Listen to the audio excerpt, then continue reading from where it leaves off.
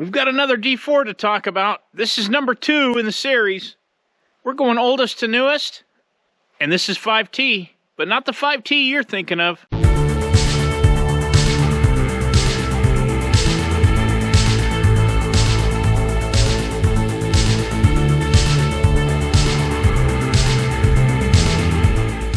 This is 5T5099W, so it's a wide stance, and this is a 1946. And there were a couple of things that we were very excited about this tractor. One of them being that it's a 5T, because we want to work on our 5T, our 5-roller track frame that's in the shop right now, but this is going to have all the parts we need. The one we have in the shop is a 45, this is a 46, they're going to be very close. This is also a D4400 engine, just like 4G, just like 7Js, and just like the other 5T. Now, this is a little bit newer of a D4400 engine, so it's got some subtle differences. The D4400 in this 5T and the one that we have in the shop has got different pre-combustion chambers than the one we took out of the 7Js. If you'll remember right, I made a tool to actually pull them out. These are going to unscrew, similar to the newer styles. Some of the D2s have the same sort of system. But they have a Allen head set screw in here that you have to take out, and then you can unscrew the pre-combustion chamber. Miss Movie Star Kitty, Big Stripes, is out here once again. She just loves her cats. It's interesting to note that they still kept this water system on these 5Ts. This is something they started in the 7J series, and what it was designed to do was run warm water off of the water system up here, and it goes basically into a blind flange on this fuel filter set up here on the fuel system, and it was ideally supposed to warm up the fuel, which, as we know today, is not necessarily a good thing. But in those days, they were constantly doing innovations and trying new methods and figuring out new things to make them start better. Now, this hour meter, it's glazed over. I really have no idea what it says. The plexiglass, I can't see it. So at some point, I'd like to take that off there and see if I can tell what the hours are. One thing that we have found with these tractors that were dozers is, especially if they had the hydraulic pump in the front, they were remarkably undamaged in the radiator area, and this one is no exception. In fact, I kind of like the patina on this tractor. I was so excited to get one of these tractors that still had the radiator cap. This is the first one we've bought that actually had one. Unlike the old tractors and some of the 7Js, in fact, most of the 7Js, this has the manifold that runs the exhaust from the pony motor through the main engine manifold to help warm things up. That was a huge improvement to help these start. These are the tops of the Dozer frame mounting. We had to cut those off to get this thing loaded up, and I'll show you why. These tracks are in excellent shape. The grousers, they've been rebuilt. They've been added on here, and they're not in terrible shape, but the real prize, and why these were so stuck, is the track chains and pins are in excellent condition. The pins have not been turned, but this machine sat for such a long period of time that it froze in place. And when we went to move the tractor, the clutches, the rear end, the steering, everything was free, but the tracks were so froze they would not move. And when we were pushing it, they were binding against the dozer blade. Unfortunately, the fenders took a beating, but we did eventually get it moved. And if we hadn't cut this, we probably wouldn't have gotten it loaded up. And it's not really a loss. I didn't really take any of the dozer blades other than the one on the 7J right here. And most of them were pretty buggered up, and you can see this one's cracked. Been fish plated, repaired, gusseted a million times, so not too worried about that. We also backed off the tensioner here, thinking that might help, and I don't think it hurt our situation, but the tracks are just too tight, the pins and tracks. The wear on this front idler, not too bad. The carrier, not too bad. It's got a little grooves, really not terrible. Sprockets are a little pointy, but they got a little bit of life left in them. People tended to change the chains that we're finding and not the sprockets, because the sprockets, As we found out, and if you're curious about that, check out some of our older videos. They take quite a bit of pressure to break them loose. This is definitely a matching unit, and I may have misspoke before because that looks like 5T5099W. I think I said 6, and my old eyes sometimes don't get it right. Another thing that we've found on these dozers is how remarkably decent the drawbars are. The Ag Tractor 4G that we have, completely worn out. So another good drawbar here.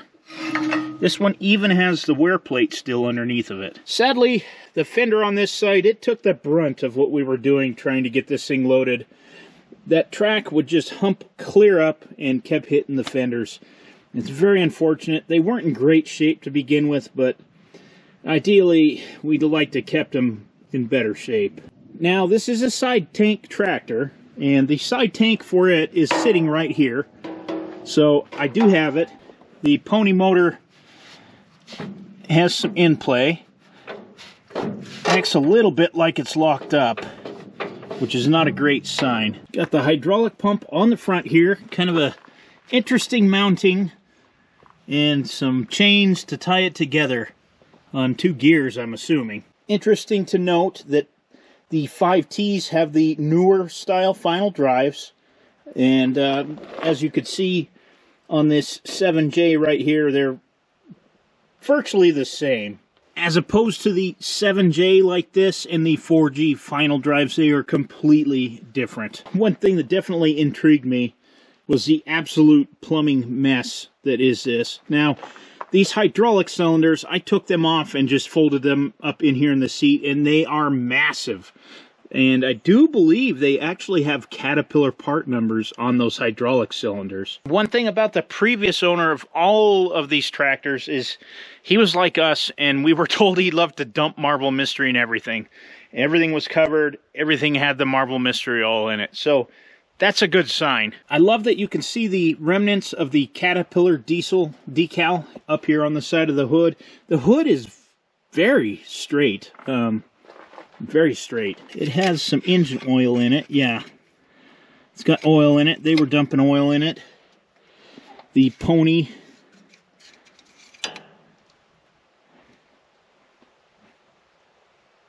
not too much. A little bit of oil, but not much. And my intention is to pull all the spark plugs out of these and dump some Marble Mystery oil in them. Absolutely love this cap on this tank. When I take this stuff off of here, that might be a wall hanger. This is a LaPlante Choate blade. I doubt that I pronounced that correctly, but my understanding is that Cat, at least for quite some time, did not make Dozer blades. They were kind of an aftermarket thing you would get. And from my understanding as well, they more applied to the tail fuel tank tractors, as these side tank tractors were more associated with drawbar ag tractor work. Got the remains of the Caterpillar diesel decal under here too. The steering clutches are not froze, the brakes are not froze, and they work. So that is a very good sign. And most of the starting system, the fuel tank, everything here is pretty much intact except for the glass fuel bowl. I'm finding, once again, it has the oil pressure gauge, but the water temperature gauge has been robbed. From my understanding, they were very problematic, and they failed often, and they corroded, and I have yet to find any of these tractors with a water temperature gauge that's usable. I've been struggling to find one for 4G. One thing I definitely noticed is that everything was covered up there, and this is a brilliant use for an old oil filter, just to cut the top off and put up here. And we got some bullet holes in the stack, which is kind of cool on its own. Maybe a 22, some 30 caliber pistol. Who knows? Some of these had belly pans and guards on them, and none of them do now, which is also fine. I don't intend to keep any of them as a dozer anyway.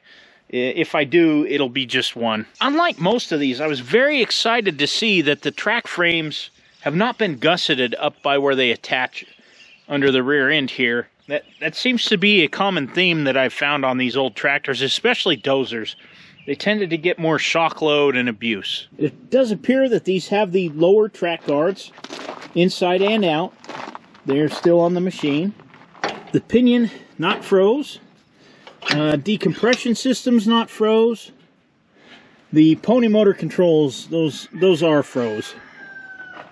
And the mag switch has been stuck in the on position for who knows how long. Just to look at this old hydraulic valve system. Looks like it's just a turn forward and back. Actually free, still working, which is quite amazing. Brakes are free. They have wear. Main clutch is free. Snaps in nice and tight. These have been wired back to keep them from rusting together, so the steering clutches are free as well. Interesting to note on this tractor that the front cover does not have the provisions for a generator, like on some of them. Even the old 4Gs and 7Js had it. This machine does have some of the top sheet metal track guards on it too, which is always remarkable on a dozer. Minus one or two minor things, this machine is remarkably intact. And I know what you're thinking. I got a question. Is the engine froze? And the answer to that is unequivocally yes. It is very froze.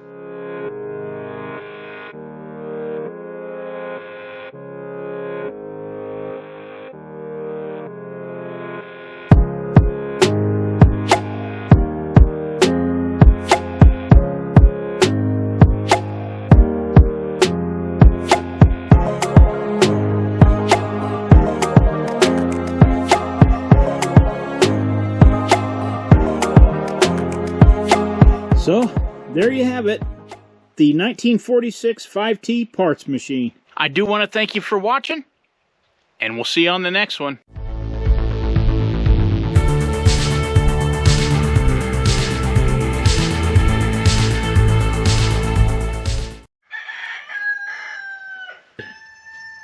Scalloping a little bit. Grousers have been rebuilt of what we were doing